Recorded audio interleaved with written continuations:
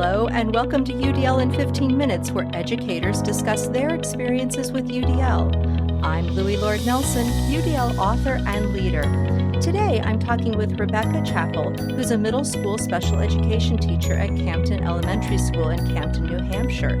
Today, Rebecca's going to share some of the little changes that she made to her instruction and the impact that it had on her learners. This is the second podcast that we've had together, and I'm so excited to talk with Rebecca again. How are you? I'm good. How are you? I'm great, thank you.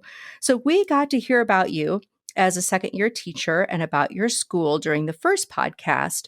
So let's just move into those little changes that you've made during this UDL journey. Sure. So, as I had said previously, our UDL team at school had looked at our sort of area of need in terms of meeting these guidelines. What we saw was that we're really strong in representation, but wanted to build our engagement for our students and also provide more opportunities for action and expression.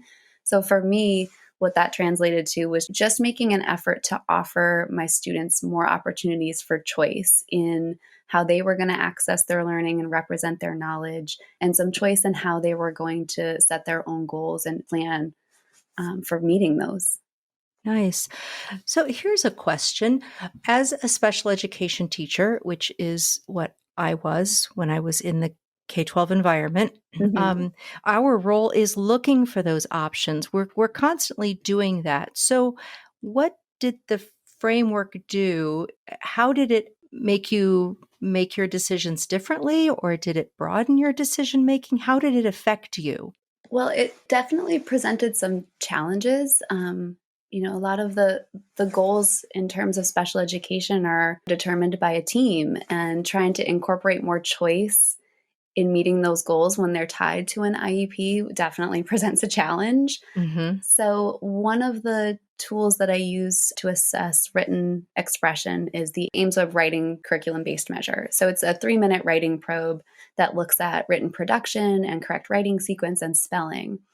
And the way that that is rolled out, the standardization for that is the students are given a sentence starter, they have 1 minute to plan, and then 3 minutes to write.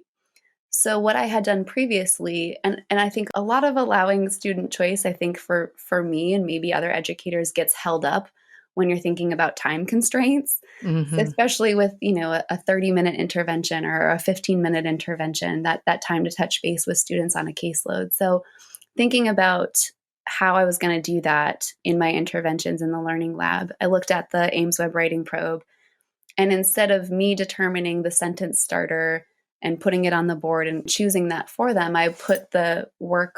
So I have 3 different handouts that have all the writing prompts listed. And I just put them up and gave the students the opportunity to grab a whiteboard or to take a piece of paper, however they wanted to record the probe of their choice. So they were choosing the writing prompt that was most interesting to them, which I think allows them an opportunity to be more engaged with this progress monitoring tool that we use pretty frequently. I think it can get a little bit boring for them when we do that so frequently. Right. So they went up to the board and they chose the prompt that they were most engaged with and the one that they were most interested in, and brought that back to their table. And they still walk through the process of 1 minute to plan and 3 minutes to write.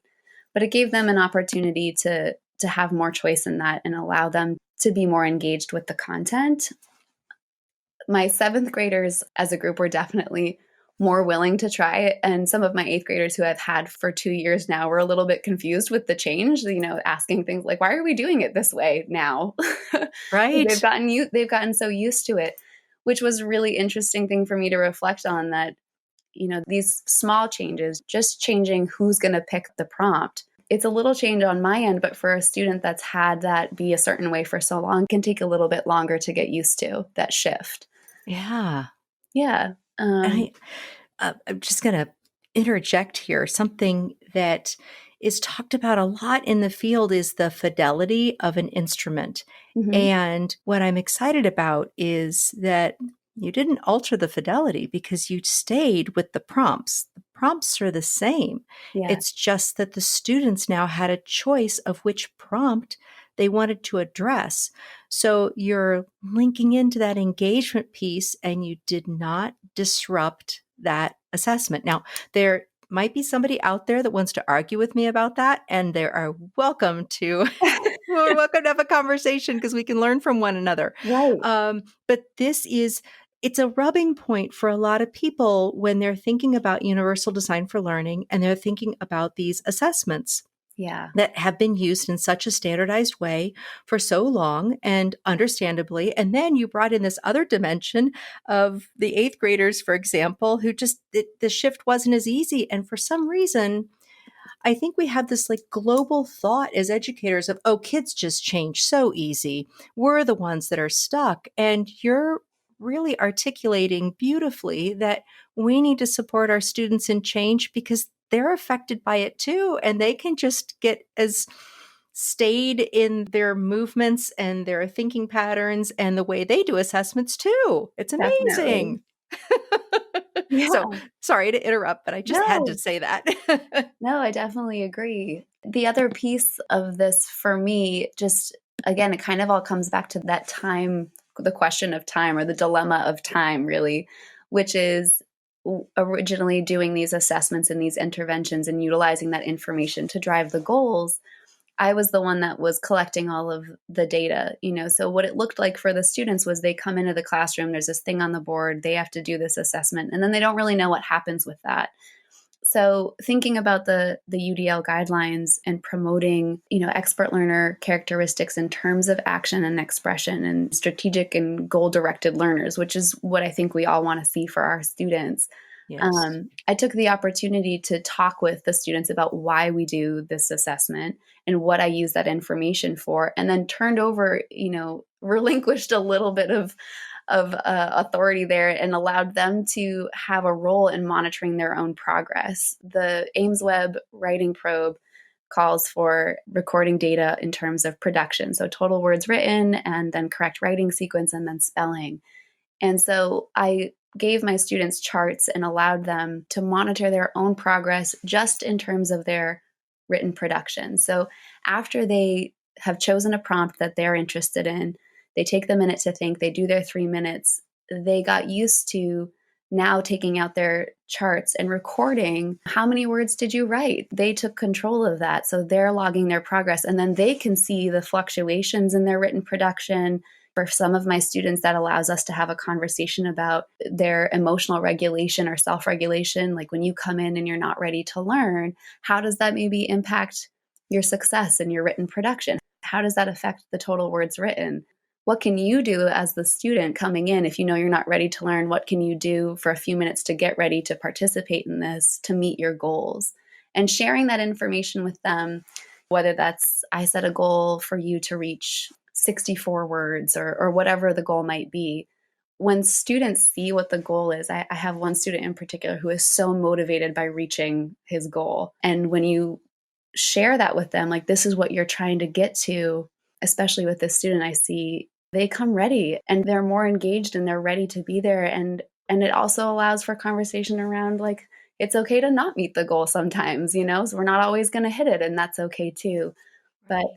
it's nice Oh, to see them take pride in the work that they're doing and start to recognize their own patterns. yeah. So you brought in that access level, that recruiting interest, because now they see relevance in this assessment that I'm sure for years past they've been like, okay, I just got to think for a minute Yeah. and write for 3 minutes. Oh my gosh.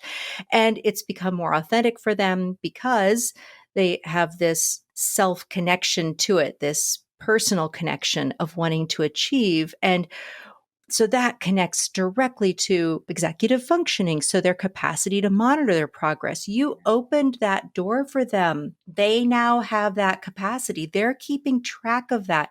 Sure, you are too, but they own those data. And then, like you said, you've also wrapped in self regulation. That's just three of the guidelines that are in the whole thing. I mean, there's all this other stuff that's in there, but it's a wonderful connection between those three. And I'll go back because self regulation, like you said, they think about in the beginning, how do I feel today? Am I feeling good about this assessment process? Or does the road feel a little bumpy for me? Yeah. And Yeah, and you've been giving them skills to how to maybe calm themselves down, get themselves ready. And again, I'm going to say it's just this incredible example to help people understand how they can take a process that is highly standardized and you're not really messing with it in the sense that they're choosing their own prompt. It's the same prompts. They would have those anyway. Yeah. There's nothing about the assessment measurement of surprise. That's not what they're measuring. What they're measuring, Right. like you said, is their total words written, that production piece, and their spelling. They're not measuring surprise. So that's Right. not a part of the fidelity. So the students don't have to have that high anxiety in the sense that you've lowered that too. Oh, it's beautiful. It's And beautiful. it's been a really great experience. And I think just reflecting on it for me was just to see how just two small changes in how I approach that has really impacted how the students engage with it. And I think it's been a success in the classroom. So that's always nice to see. And again, like you said, it doesn't change the fidelity of the assessment. And it's still something I can utilize in writing those goals and keeping track of that progress monitoring. For right now, this is what seems to work. But it's just, I was just really surprised and I think relieved to see that a little change in just thinking about these guidelines and what I want my students to leave my classroom being able to do is not just be able to produce a bunch of words in a certain amount of time and have correct writing sequence and spelling. I also want them to have the skills that are a part of those expert learner characteristics. Yeah, you're empowering them to start looking at any kind of assessment that they're going to have for the rest of their life and to take those steps forward to be self-determined and an advocate for themselves and say, help me understand the goal of this assessment, help me understand what I'm trying to achieve, and what's a way that I can monitor this so that I can own my own achievement. Now, they're not going to say it in those words, but that's what you're giving to them. And especially when we think about students who are going to be assessed a lot, these are students who have disabilities. They are going to be in the assessment world for a while. Right. And it's so empowering. I just want to thank you so much for giving them that level of empowerment. Oh, thanks. Oh, you're welcome. Okay, so we have come to the end again of our time together. This has been so perfect. I really thank you, Rebecca. This has been another wonderful story to share. Yeah, thank you so much for the opportunity. Oh, you're welcome. So, for those listening to this podcast, you'll find supplemental materials like an image montage with closed captioning, that montage audio descriptions, a transcript, and an associated blog at my website, theudlapproach.com/media. And finally, if you have a story to share about UDL implementation for UDL in 15 minutes, you can contact me through theudlapproach.com. And thanks to everyone for your work in revolutionizing education through UDL and making it our goal to develop expert learners.